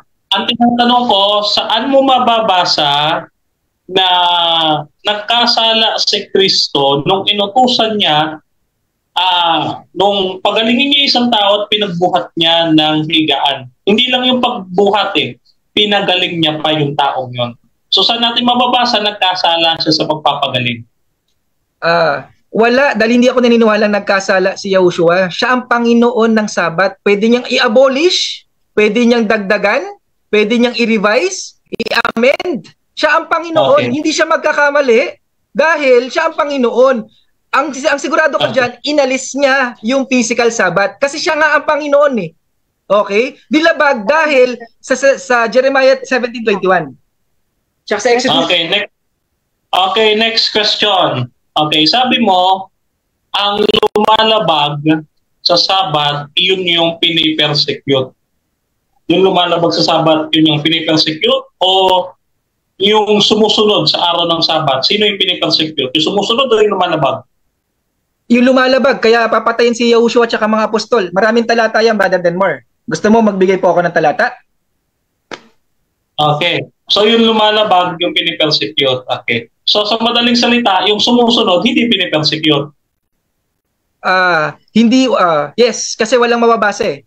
Kung meron ka, mas maganda. Willing akong may ano kaya, pero sa abot ng aking pag-aaral, wala akong nabasa. Nung sumusunod sila sa Sabat, pinersecute sila. Wala akong talatang mababasang ganun. Wala akong nabasa base sa aking pag-aaral. Dahil iniisip ko na ang pagigili ng Sabat ay may parusa na kamatayan. Pag ba ikaw, ito na ang tanong. Bukod doon sa pangingili ng Sabat, yung siyam na natitira pa kapag kanilabag mo yun, may parusa din? Meron o wala? Meron. Next question. Okay. Sa madaling salita, lahat naman ng utos may parusa kapag hindi mo ginawa, di ba? Tama? Yes. Next question. Okay, next question. Iwanan kita dyan. Ngayon, so, saan mo naman nabasa, anong page ng aming 28 fundamental beliefs na kami ay nagtuturo na maliligtas kami sa kautusan? Saan page yan? Wala ako nabasa kasi hindi ako nagbabasa. Uulit-ulitin ko to. Hindi kailanman hindi ako magbabasa ng fundamental belief nyo. Pero malinaw sa inyong mga pahayag na mga kapwa SDA nyo na kapag inuulit-ulit nyo na nalabagin yung Sabat, nakukompromiso ang kaligtasan, may impyerno ka na, 3 taon mo nga lang ulit-ulitin, wala nang hain eh. Oo. I-correct nyo yung mga kapwa SDA nyo at mamaya pwede kita i-cross exam dyan para malaman ko rin kung ano yung stand mo. Ayan, next question. Okay, next question. Okay. Ngayon, tanong, kung wala kang mabanggit na pakin ng fundamental beliefs namin, okay, saan namang website, halimbawa, may nabasa ka website namin, no, Review and Herald, ano pa bang mga website na nandiyan, no, Ministry Magazine, saan mong website namin nabasa na nagtuturo kami na yung kautusan ay siyang gabay namin o siyang nagliligtas sa amin? Saan mo naman nabasa yun? Ulitin ko to, wala. Website, libro nyo, official documents, aral nyo, wala. Okay? Pero, makikita mo sa mga ngaral ng SDA, pag sinasadya mo na nauulit-ulit yung kasalanan, mga 3 taon mong nauulit, wala nang hain. Nakaayon sila, nakabase sila sa pagganap ng kautusan para ang kanilang kaligtasan ay makamit. Okay? Okay, next question. May papasok ba sa langit na makasalanan at lumalabag sa utos ng Diyos? Meron ba papasok sa langit na gano'n? Meron o wala? Wala. Okay, so time is up. Yan. Okay. Okay, so thank you so much, Brother Mark, para sa iyong, Brother Denmar, para sa iyong cross-exam sa ating negative side. Okay, so dako na po tayo para sa ating shoutout po tayo dyan sa ating sa comment section. Ayan, si Brother Edward nanonood. At si Brother Florence, magandang gabi po sa inyo dyan. Brother Rio, ayan, saka dun po sa kanina. Hindi ko po nag-stock po kanina yung aking phone, kaya Bro Abel Gardon, Bro Jojo Abreya, ayan, si Joel Paking, Padilla, yan. At sa iba pa po natin na mga nasa comment section at nasa live. Okay, so dako na po tayo para sa ating rebuttal stand po ng ating negative side. Okay, so Brother Denmar, 10 minutes. Okay, time starts now.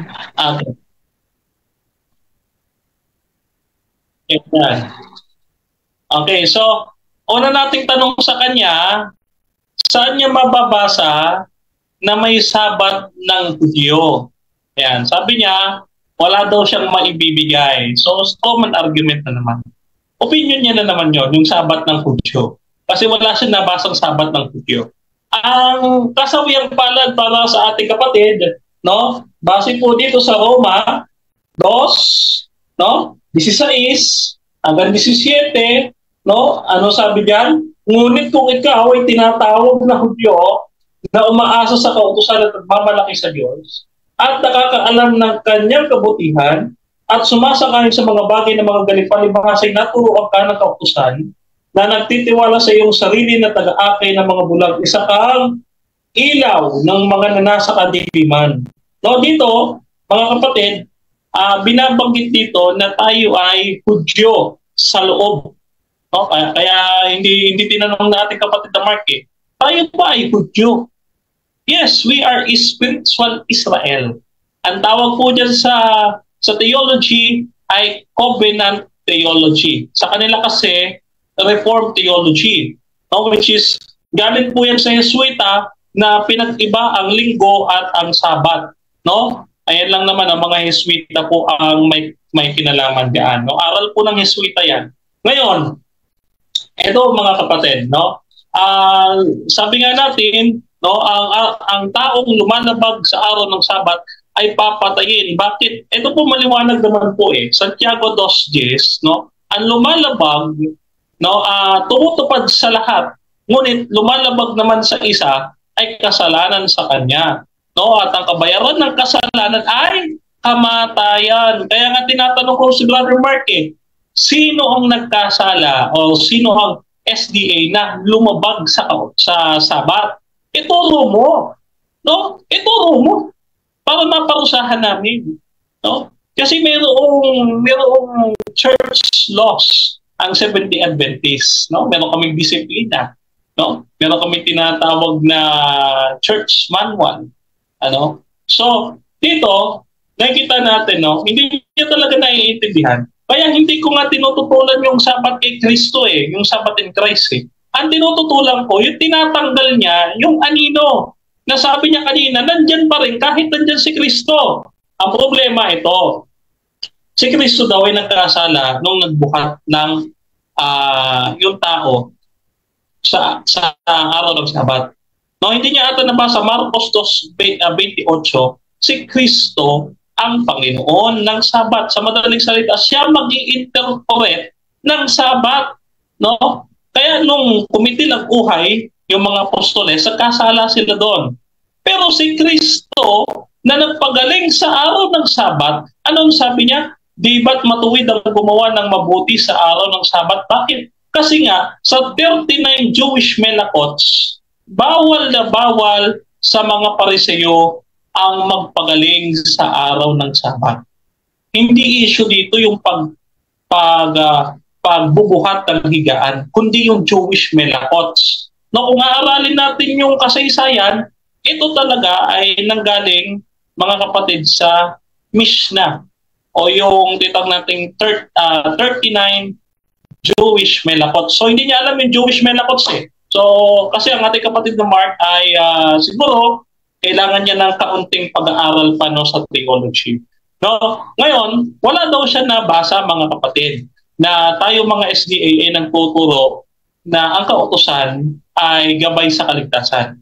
Ang isang tao nga naman, kapag lumabag ka sa utos, ay ikaw ay hahatulan ng kamatayan. Kaya nga po, sa Roma 7:23, ano sabi? Kautusan ng kasalanan. If you were say, ito napagdebatihan na natin ito kapag ikaw under the law, you are under the law of condemnation.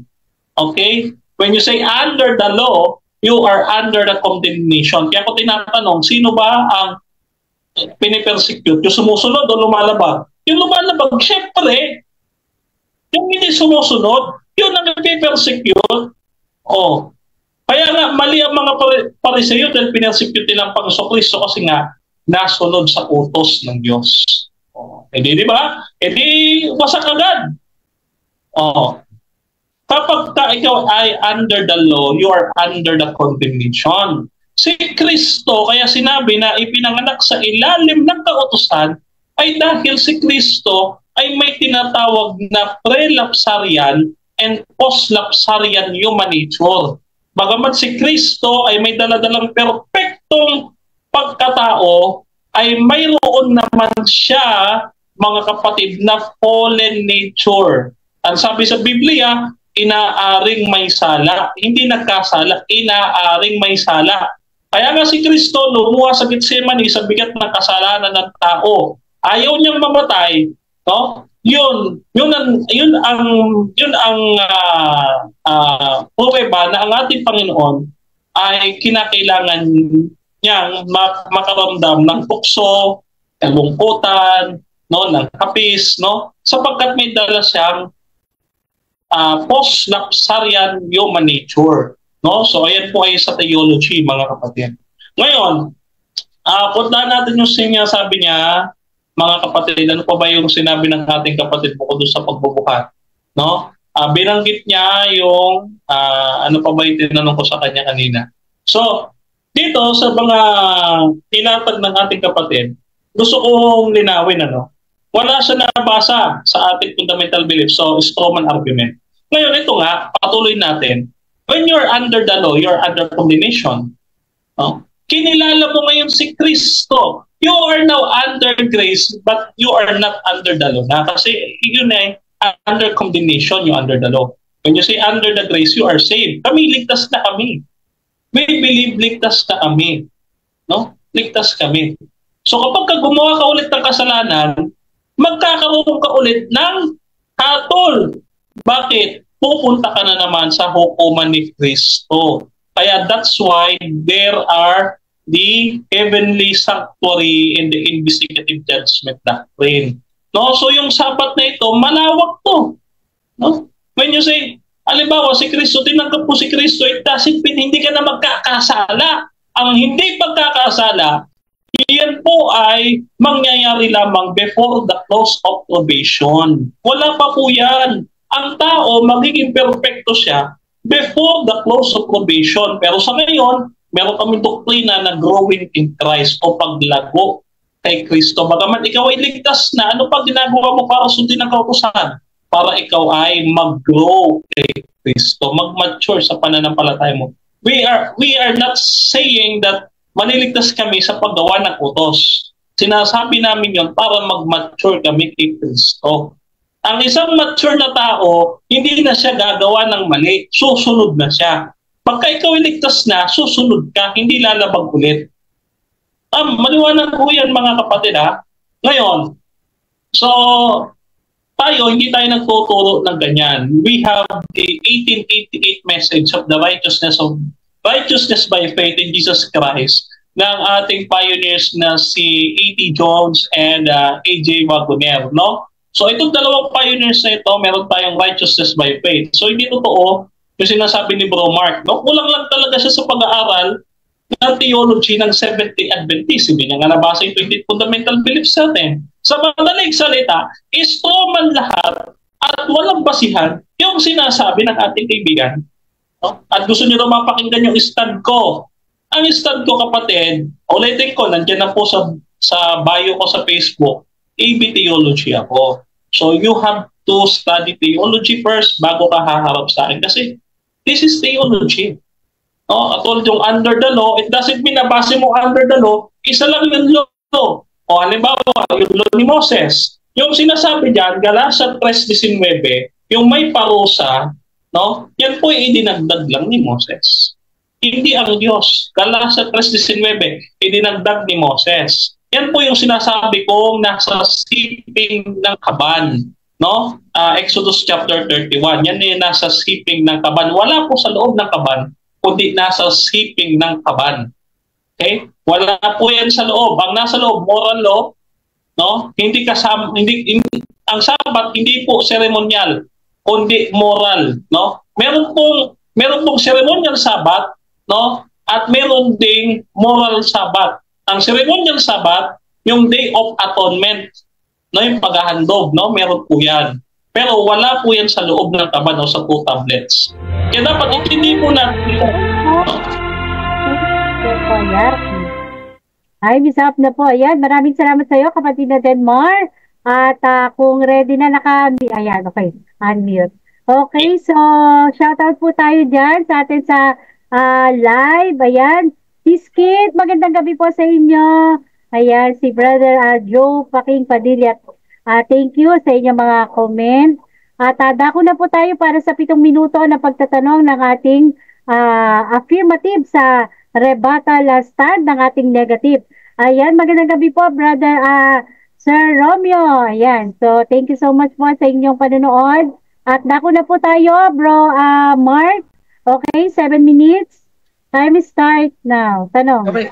Unang tanong ko, Brother Denmore, meron po ba akong sinabi na yung Sabat ay nilipat sa Sunday? Meron po ba akong sinabing ganun? Meron o wala?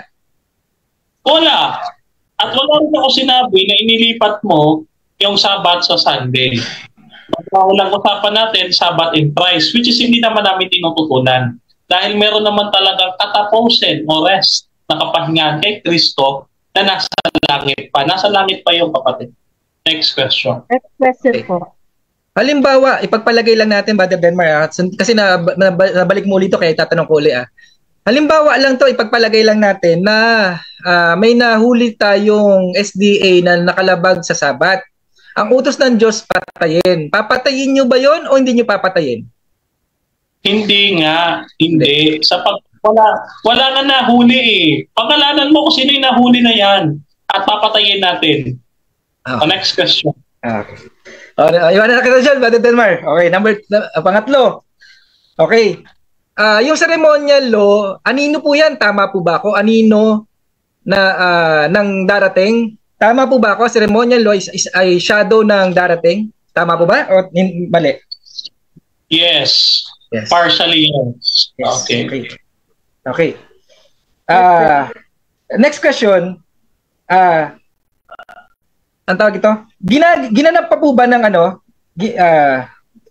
Ang sabi, napag-usapan natin kanina, premise to sabi mo yung anino, andyan pa. Andyan pa. Yung anino, andyan pa. Ibig nyo sabihin yung ceremonial law, ay dahil nandyan pa, kailangan pang ganapin? Hindi na dapat ganapin o dapat pang ganapin? Yeah. Actually, yes. Kaya nga kanina nag-yes ako partially. Bakit? Kasi si Kristo, may ginagawa pa siyang atonement sa langit. No? Yan po, yung nasa sanctuary. Yan ay seremonya. No? May ginagawang seremonya si Kristo. So, si Kristo tumutupad para sa amin nung seremonya na yun, na Day of Atonement sa langit. Next question. Next question po. Linawin ko ang tanong ko, Brother Denmar. Yung mga SDA, dahil yung anino andyan pa, dahil nanatili pa kayo sa anino, sabi nyo, kailangan pang ganapin, yung ceremonial law ay anino, kaya ginaganap pa pala ng mga SDA. Tama po ba ako? Mali na? Mali. Tama nga ginaganap namin kay Kristo. Si Kristo ang gumagawa niyan sa Heavenly Sanctuary. Yung Day of Atonement, tinutupad ni Kristo, Levitico 16. That is a ceremonial Sabbath. No, that is a ceremonial law. No, na kinakailangan ng ay magkain. Next po tayo. Na handog na pangkapayapaan. Yan premise lang premise lang. Malinaw sa sagot mo kanina, yung under law, under condemnation. Malinaw yan sa sagot mo. Ngayon, ibig sabihin, kapag wala ka na sa under the law, wala ka na sa under condemnation. Tama po ba ako? Mali. Yes, tama. Wala ka sa under condemnation. Yes. Okay. Ibig sabihin, Brother Denmar, tama yung spiritual Sabbath namin na dahil wala na kami sa under the law, pinahinga na kami sa condemnation. Tama po ba o mali? Yes. Wala na kami tutong sa spiritual rest. Meron din kami yan. Meron din kami yan. Kaya hindi kita tinututunan yan. At tinututunan ko, inaalis mo yung physical rest. No, hindi ako tutong sa spiritual rest. That is a fallacy. Okay. Next question. Naniniwala naman ako, sagot mo rito, oo walang maliligtas na marumi or makasalanan. Walang maliligtas, tama? Growing in Christ ang sabi mo, Brother Denmar. Growing in Christ. Pag growing in Christ, nagkakasala pa o hindi na nagkakasala yung growing in Christ? Nagkakasala pa. Ngayon, before the close of probation, mararating na natin yung sinless perfection. No, dahil darating na si Kristo niyan at the close of probation. Next question. Habang growing tayo in Christ, habang dahil sa nagkakasala pa yan, natsyempohan kang namatay na may konti ka na lang nakasalanan, maliligtas ka ba o hindi ka maliligtas? Hindi ko alam. Okay. Salamat. Okay. Hindi ko alam sapagkat hindi naman ako ang judge, kundi si Kristo. Hindi ako. Next question. Next question. May mga alam ka po ba? Meron ka bang maituturo? Meron ka bang na-encounter na mga mangangaral ng born again, ng mga nagtuturo ng OSAS, nagtuturo ng wala sa ilalim ng kautusan na magkasala na kayo, magpakalulong na kayo, mag-enjoy kayo sa kasalanan dahil ligtas naman kayo. Meron kayong mga ngaral na na-encounter na nagtuturo ng ganon? Meron po ba o wala kayong na-encounter na ganon, nangangaral na magpakalulong kayo sa kasalanan, yung mga naniniwala sa hindi nasa under ng biyaya? Meron po ba kayo na-encounter? Wala. Meron. Okay. Next question. Okay. Pwede po magbanggit ko sino lang para at least aware lang din ako. Okay, mag-aware ka. Okay, tignan mo si Ed Lapis. Next question. Ed Lapis? Wow. Okay. Next question. Okay. Tanggap niyo po ba na merong tinakdang araw si Yahushua ng kapahingahan? May bagong araw siyang tinakda na kung saan ang tinawag niya ngayon? Tanggap niyo po ba to o hindi niyo tanggap? Ay, hindi. Dahil yung ngayon na yon, yan ay spiritual rest. Dati pa yan eh. Dati pa ibinigay ng Diyos sa Israel yan. No? Sabi nga dyan sa Romans chapter 9 verse 3 to 4. Next question. Okay. Next question. Ilang beses na ulit ang sinasadyang kasalanan para hindi ka na kailanman wala nang hain na natitira sa iyong kasalanan? Gaano karaming sinasadyang naulit mo para wala nang hain sa iyong kasalanan? Magbigay po kayo ng numero kung ilang beses para wala nang hain. Side na yung hain.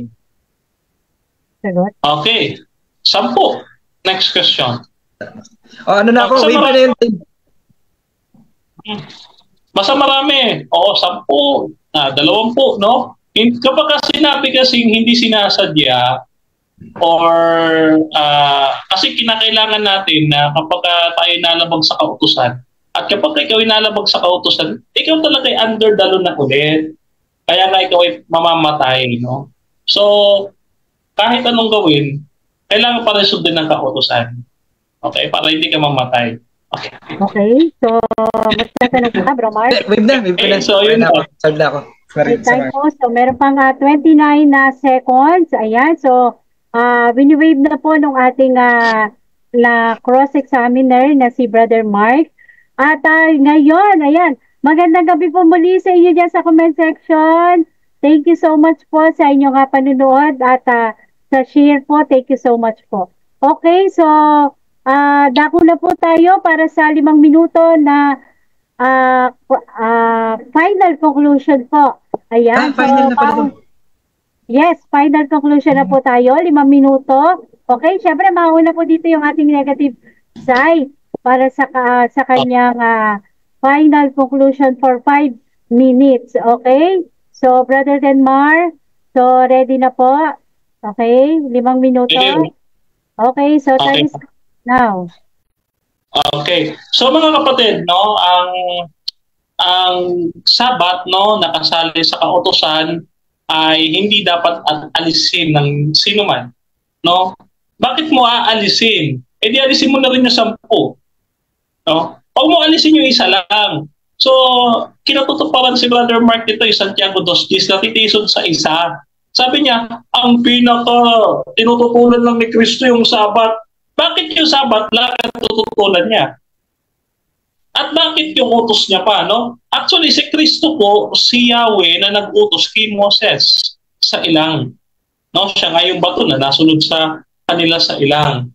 No? Dito po sa awit, 89 verse 14, no? Katwiran at kautusan ay patibayan ng kanyang luklukan. No? So sa madaling salita mga kapatid, ang kautusan ay patibayan ng luklukan ng ating Panginoon. Kaya kung aalisin mo ang kautusan, no, para mo na rin tinatanggal ang Diyos sa kalangitan, sa kanyang luklukan. No? Ngayon, Mga kapatid, no, dito po, maliwanag dito sa ating naging pag-uusap sa kanya. No? Dito pa lamang sa unang Korinto, sa 7:27 mga kapatid, ililipat baga ng Diyos, no? Ililipat baga ng Diyos ang kanyang pagpapala sa ibang araw, no? So ililipat pa ba ng Diyos, no? Ang sabi dito sa unang Korinto, mga kapatid, sabi po dito sa unang Korinto, teka lang hanapin natin Okay.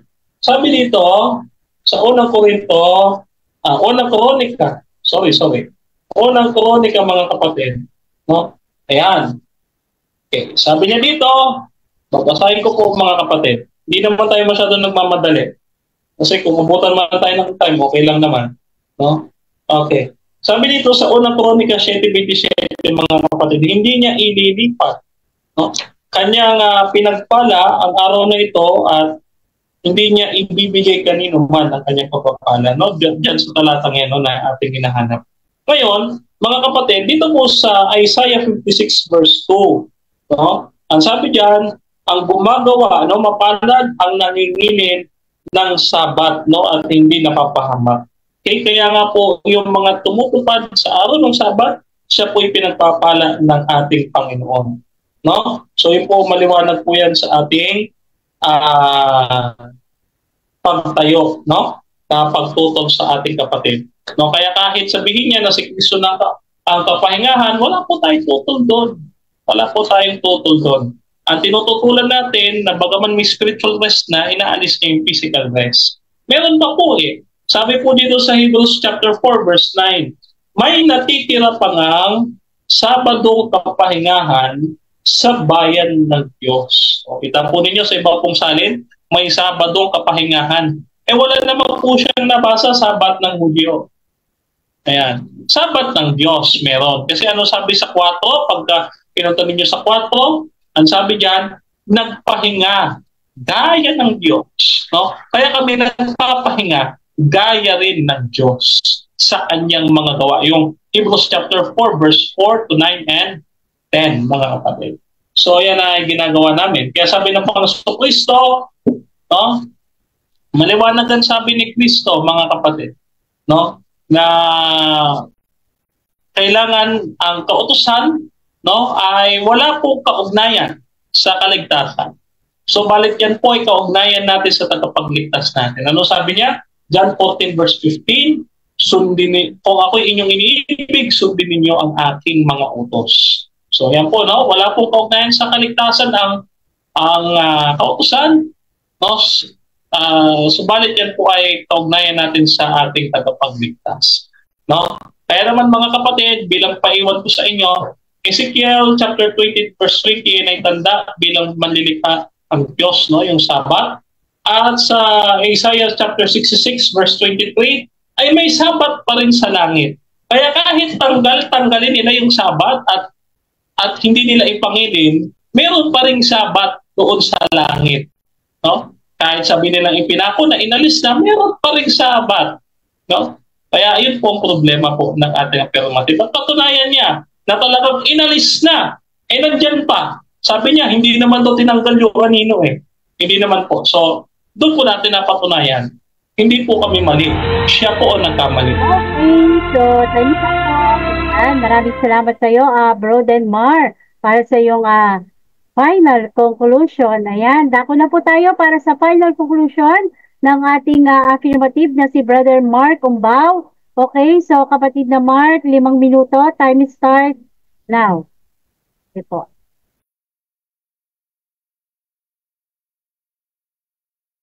Bro Mark, ano ka?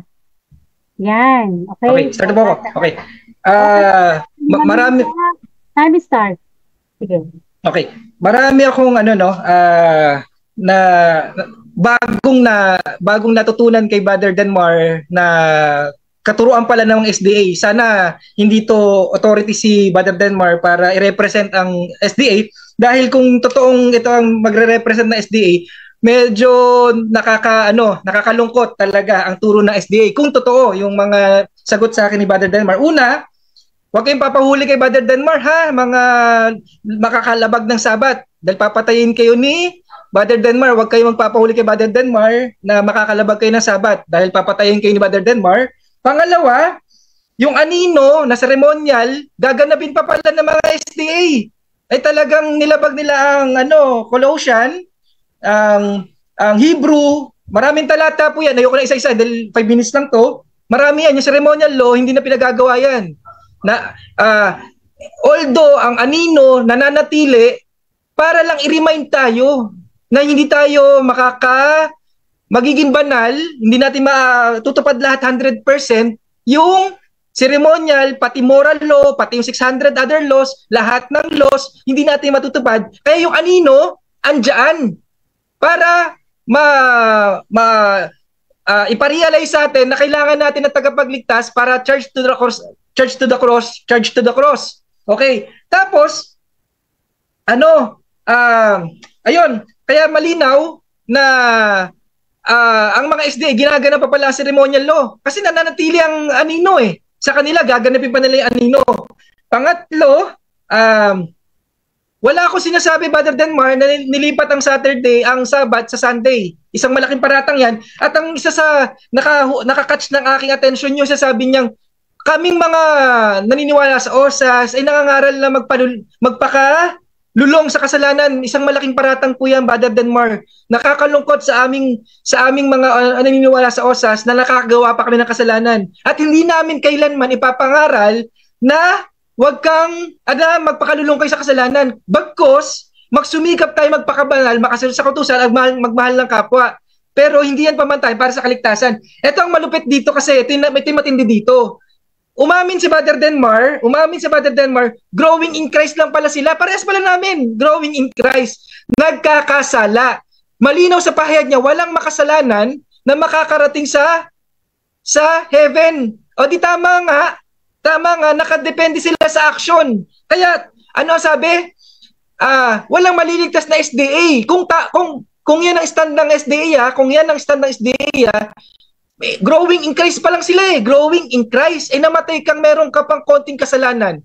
Yung kakapiranggot na kasalanan yan, nalabag mo ang buong kautusan. Pahayag din yan yung maliit na kasalanan, isa lang ang nagawa mong kasalanan, na violate mo ang buong kautusan. Ibig sabihin, sapat-sapat para hindi ka maligtas. Sa isang pagkakasala lang, hindi ka na maliligtas. Kasi Brother Denmar, pati ang mga SDA na kasama niya, walang pag-asang maligtas kasi isa lang Growing in Christ lang naman pala sila, hindi pala sa perfect pa na nakakatupad ng kautusan.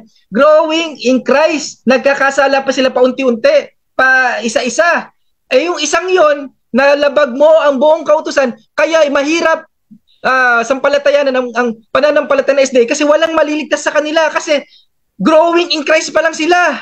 Kailangan mo wala kang, Brother Denmar, isuot mo si Yahushua para malinis ka. Wala kang ni tuldok na kasalanan na makikita sa'yo. Ni isang tuldok walang makikita dahil kabanalan ni Yahushua, hindi kabanalan natin na makikita sa atin, Brother Denmar. Tapos, ang ganda no sagot niya sa akin, under the law, under condemnation. Kaya nasa under kami ng biyaya. Bakit? Wala na kami sa under ng condemnation. Kaya kami may kapahingahan kay Yahushua. Kaya nagpaparallel yan Nagpaparallel. Maganda. Ito pa masakit dito.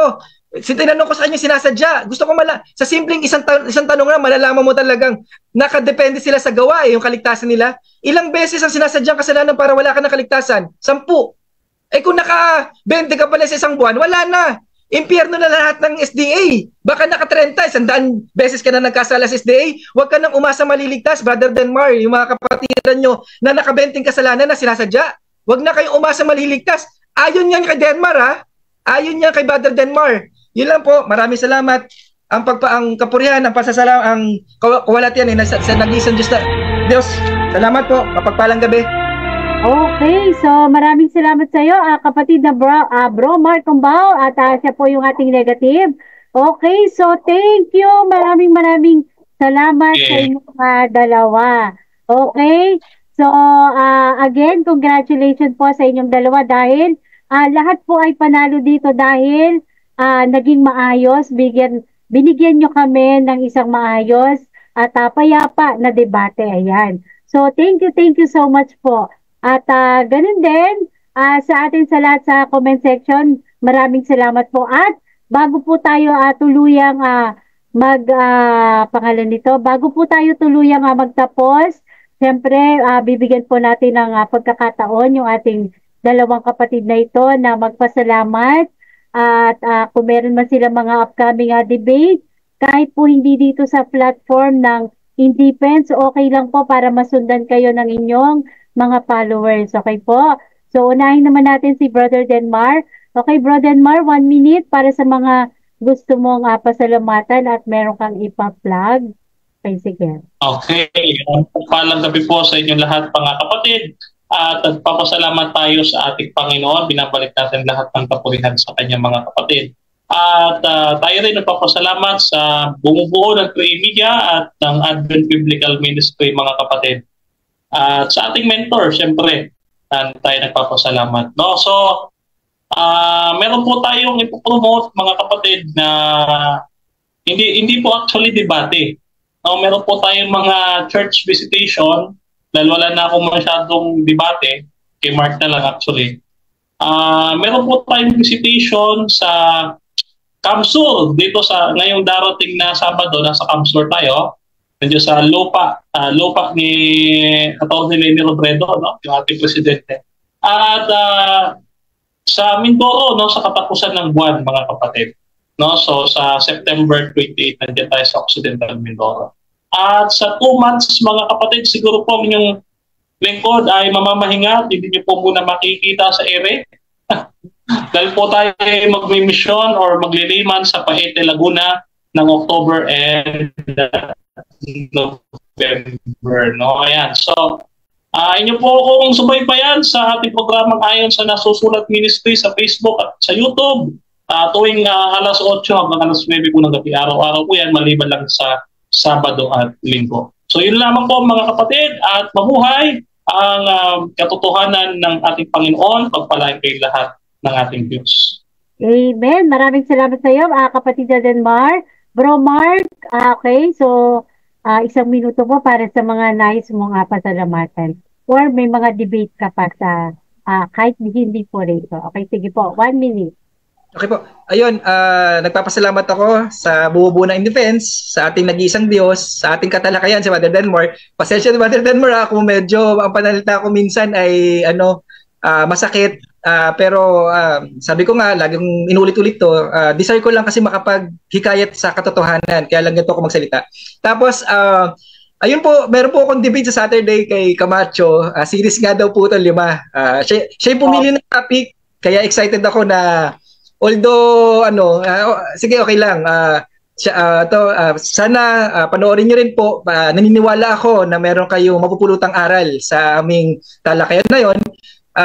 Yun lang po, siguro sana ang pag-ibig ang maghari, sana po ay patuloy tayong maghanap ng katotohanan habang may pagkakataon. Sa paniniwala ko kasi, share ko na rin, no, na 2030, naniniwala ako na ganun na kalapit ang second coming, kaya sana po wag na magpatumpik-tumpik sa paghahanap ng katotohanan, ay tayo po ay hanapin natin hanggang masusupuan. Yun na po, maraming salamat, mapagpalang gabi sa Diyos sa kapurihan. Yes, thank you. Maraming salamat sa iyo, Bro Mark. So yan, pagmalakasan si Bro Mark, series of 5 debates. Talaga, talaga to eh. Matindi, no? Okay, so yan.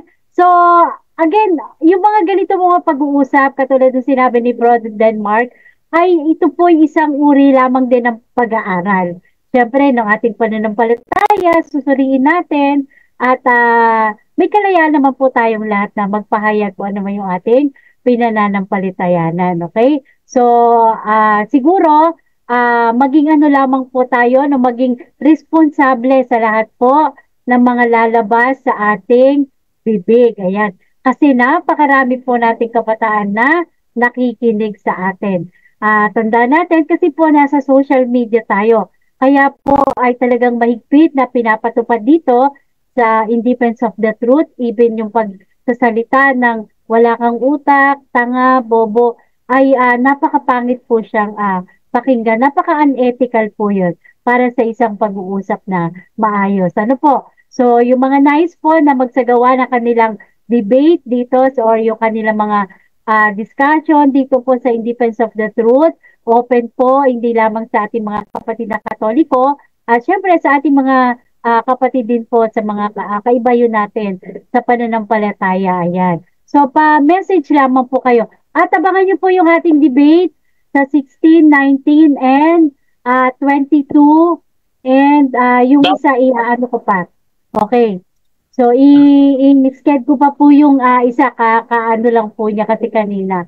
Okay, so thank you again. Congratulations po sa ating dalawang kapatid na magiting na debatista na ito, na talagang nakikita niyo po kung gaano kaayos yung kanilang pagdidebate. Talagang purely ano lamang po ito, no?